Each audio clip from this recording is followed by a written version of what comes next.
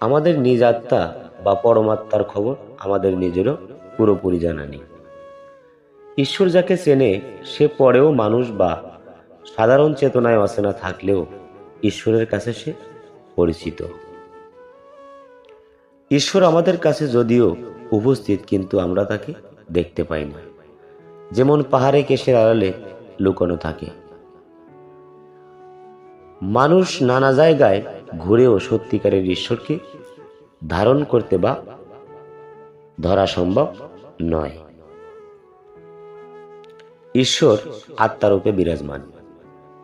মনে নিষ্ঠা ধ্যান থাকলে তার সান্নিধ্য পাওয়া যায়। শুধু শাস্ত্র পড়লেই হবে না, তবে বাস্তব অভিজ্ঞতা ও ধ্যান দ্বারা বোঝা সম্ভব সত্য কি। আমরা নিজেকে আমি বলে চিহ্নিত করি, কিন্তু যে ব্যক্তি সত্যিকারের জ্ঞানী সে ঈশ্বরের পদধূলি বা চরণ স্মরণে চলে আসে। জ্ঞান বা শাস্ত্র জেনে মানুষ চক্ষু দ্বারা দেখলেও প্রকৃত সত্য দেখতে পারে না, কারণ চোখ কানা অর্থাৎ অন্তর বা হৃদয় দ্বারা দেখা প্রয়োজন। মানুষ অন্তরের গভীরতা পুরোপুরি বোঝে না। ঈশ্বর সবসময় আমাদের সাথেই রয়েছেন, কিন্তু আমরা তাকে সাধারণ চোখে দেখতে পাই না।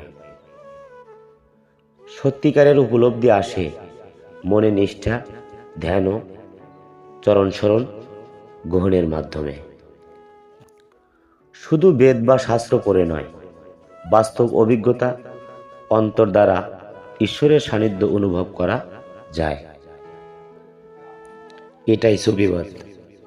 ভালো লাগলে চিশতিয়া তরিকার উন্নয়ন ও সুফি সেবা ফাউন্ডেশন পেজ থেকে দেখলে পেজটি ফলো করবেন, লাইক কমেন্ট শেয়ার করবেন।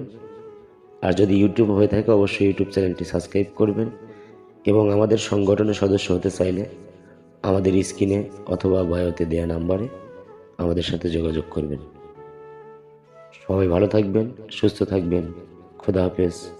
জয় গুরু, জয় হোক পাক পাঞ্জাতন, আহলে বায়াত ও বিশ্ব মানবতার।